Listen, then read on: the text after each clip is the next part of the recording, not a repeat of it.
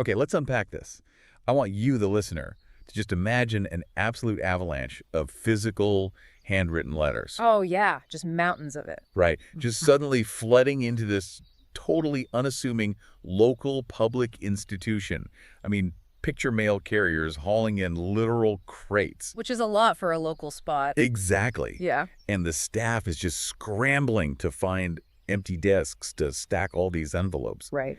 And suddenly there's this massive spatial crisis because, and this is the crazy part, every single one of these thousands of letters is addressed to the exact same recipient. It's just wild. A 1-year-old. It really is a phenomenal image to start with. I mean, you have this bureaucratic system just completely breaking down under the weight of human affection. Yeah, totally.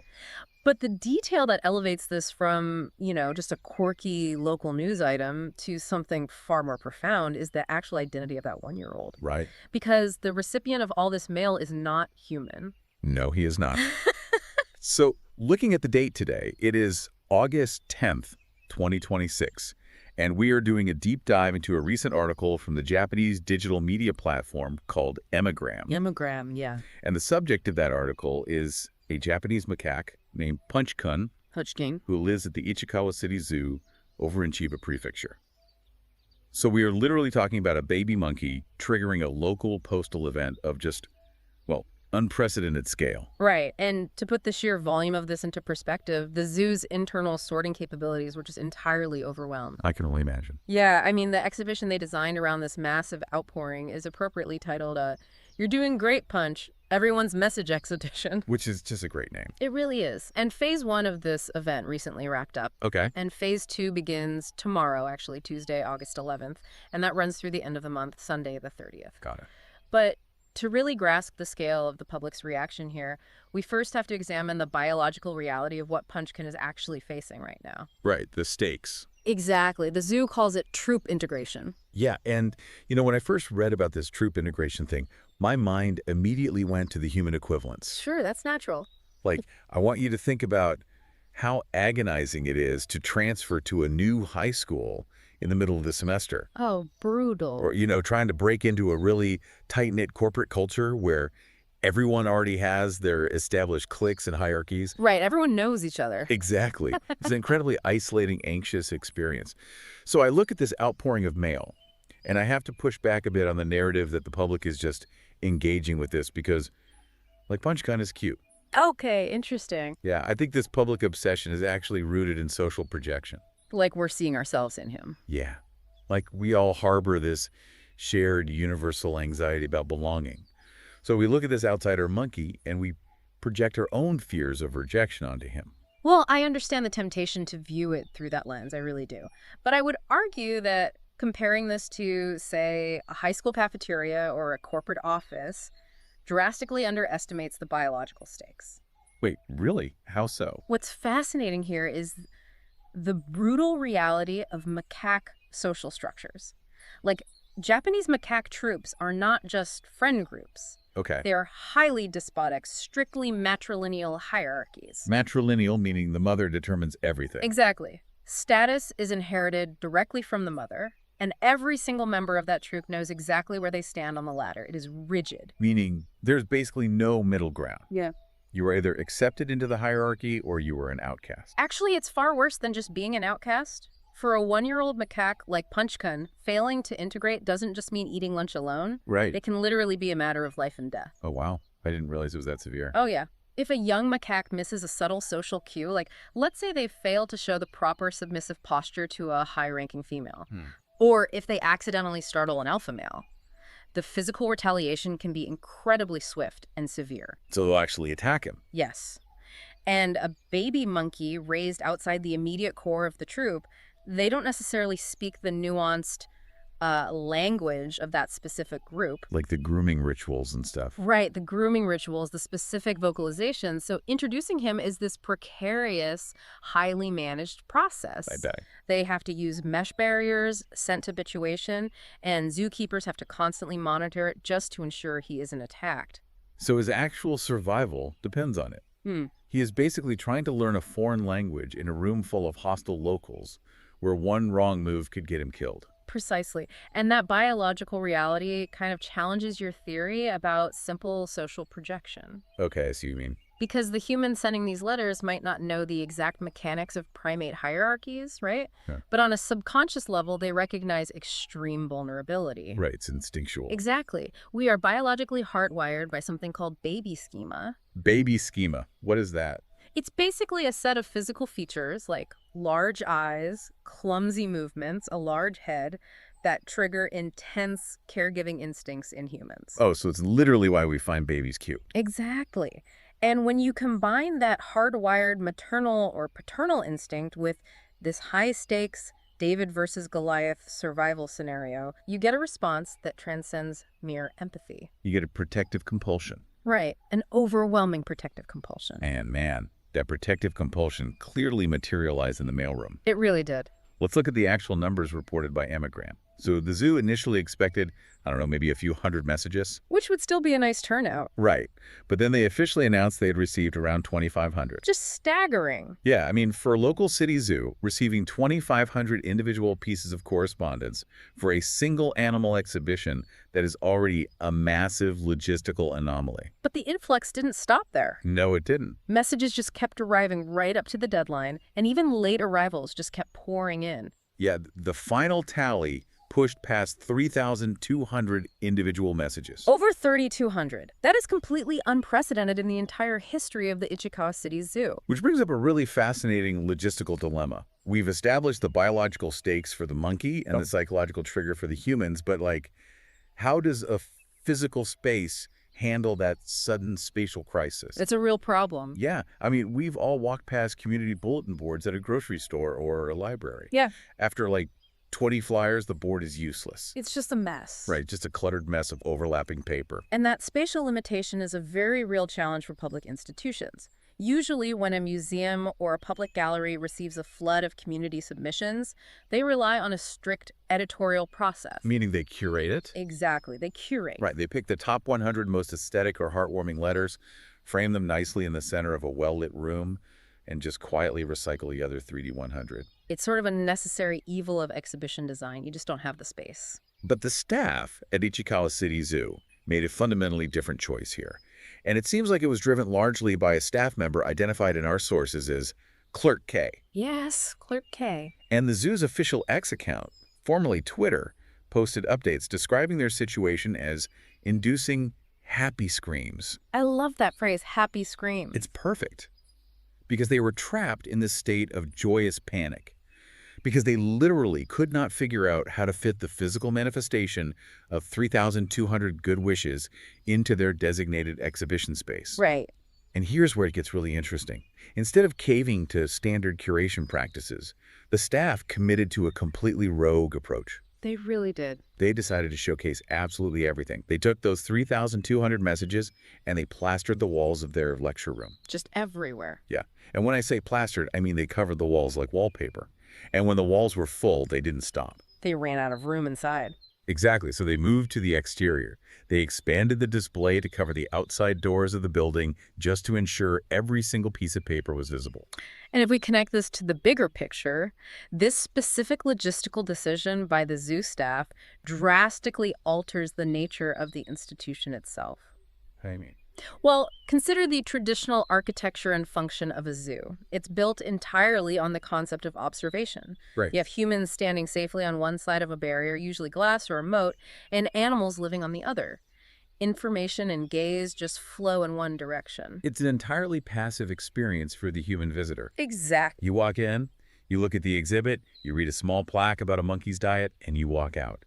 The space demands nothing of you other than your attention. But by refusing to leave a single message in a storage box, the staff shattered that passive dynamic. I mean, just think about the sheer physical labor involved in that decision. Someone had to actually do that. Right. Someone had to manually sort, tape, and align over 3,000 individual sheets of paper.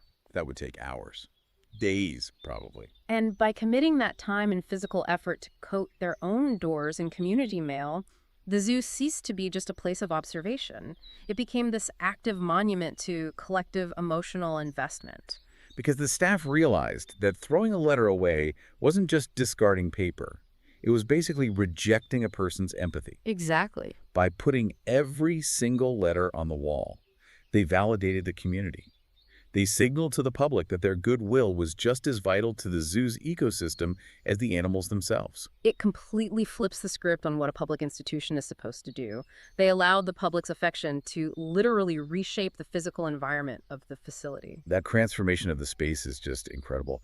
But, to fully grasp why this specific story hit so hard, we need to examine the lens of the observer. The journalist. Right. We've discussed the macaque, and we've discussed the zookeepers.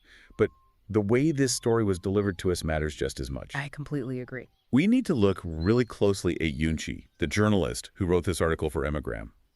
Because if you look at her background, she is the absolute last person you would expect to be covering a baby monkey's birthday. Her professional background provides just a staggering contrast to the subject matter. It adds an entirely different layer of gravity to the whole narrative. Yeah, let's run through her history based on the source text because it's wild. Yunchi joined the Sankei Shimbun newspaper back in 2004. Okay. And she did not start on the lifestyle desk. She was assigned to hard news. She covered serious incidents in Shizuoka and Sendai. So she was right in the thick of it. Exactly. And eventually she was moved to the Tokyo Social Affairs Department, where her beat was the Ministry of Health, Labor, and Welfare. Oh, wow. Yeah. She spent her days digging into deep, systemic societal fractures, specifically focusing on the really complex and often tragic issues surrounding dispatched labor. That is a relentlessly heavy beat. I can't even imagine. Covering dispatched labor issues means you are constantly observing individuals who lack safety nets, people being ground down by faceless bureaucracies and just the overarching failure of systemic protections. Mm-hmm. Your daily working life is literally steeped in human struggle and institutional apathy. And her exposure to human conflict goes even further than that. She also worked as a court illustrator. Oh, right. Think about what that actually entails. You are sitting in a courtroom day after day observing the absolute lowest, darkest moments of people's lives. You can't look away either. No. Your job is to stare at the faces of the accused, the victims, the grieving families, and you have to capture that tension on paper. That takes a toll. It has to.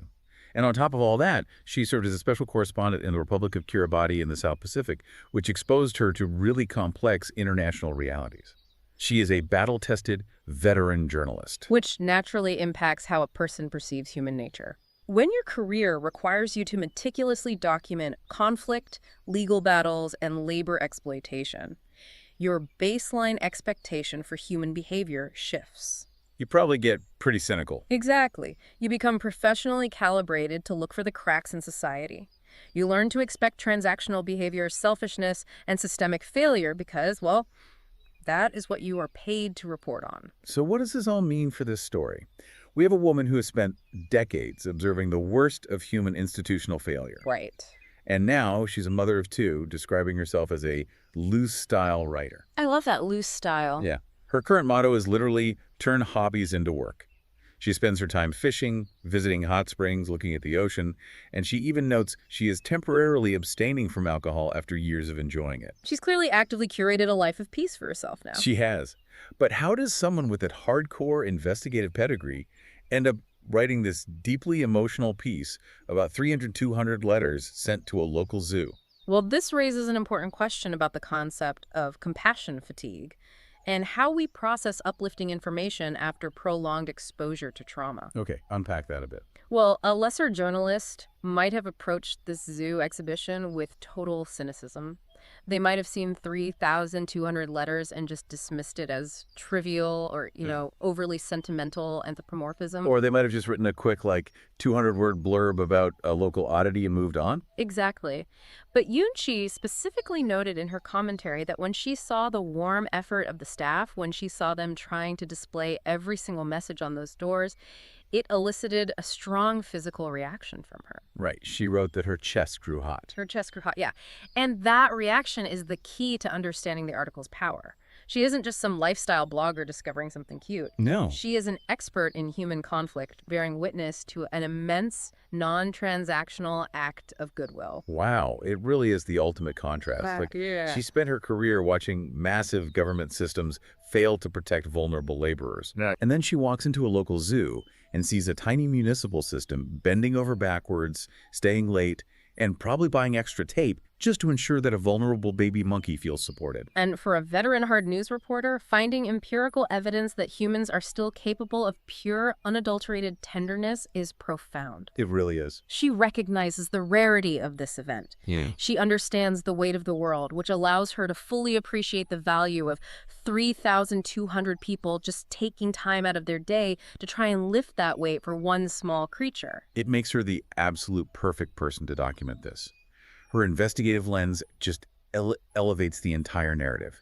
She forces the reader to look past the superficial, cuteness of the event and recognize it as a massive, localized triumph of human empathy. Absolutely. And, it also speaks volumes about the editorial strategy of a platform like Emigram. How so? By assigning a seasoned hard news veteran to a community interest story, they aren't just aggregating local news, they are curating a very specific emotional resonance. They are presenting community empathy as something worthy of serious journalistic observation. And I think that's a brilliant way to capture attention in today's media landscape. I mean, we are constantly bombarded with information overload. Nonstop. Our daily feeds are totally saturated with the exact kind of heavy, systemic, insurmountable conflicts that Yunchi spent her early career covering.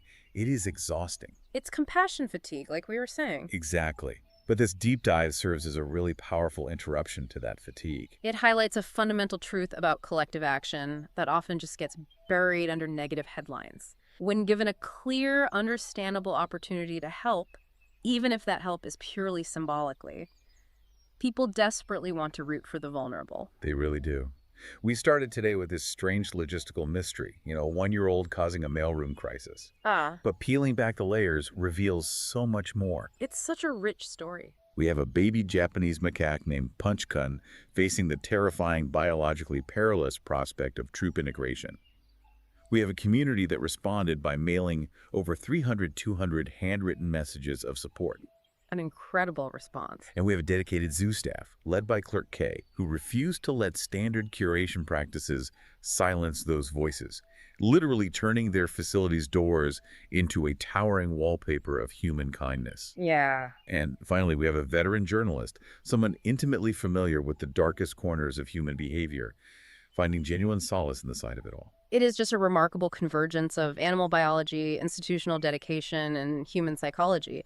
But, as we consider the sheer scale of this collective encouragement, I want to leave you with a slightly different angle to ponder. Okay. We know the timeline. Phase 2 of the You're Doing Great Punch exhibition officially concludes on August 30th.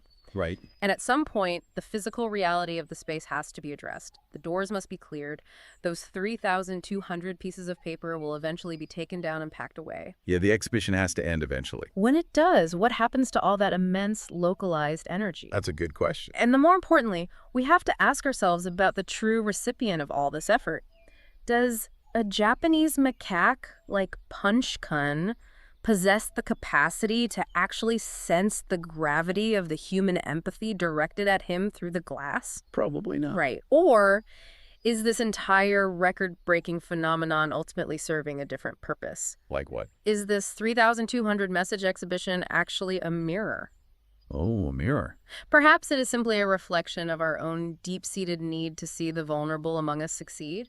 Because regardless of our biology, we all know what it feels like to stand on the outside, just hoping the troop will finally let us in. Wow. That is the ultimate question behind every interaction we have with the natural world, isn't it? Right. We show up to look at the animals, but we almost always end up seeing a reflection of ourselves. We really do. It is a lot to think about the next time you walk past a community bulletin board or catch yourself rooting for the underdog. We will leave you to explore that thought on your own. Thanks for joining us on this deep dive.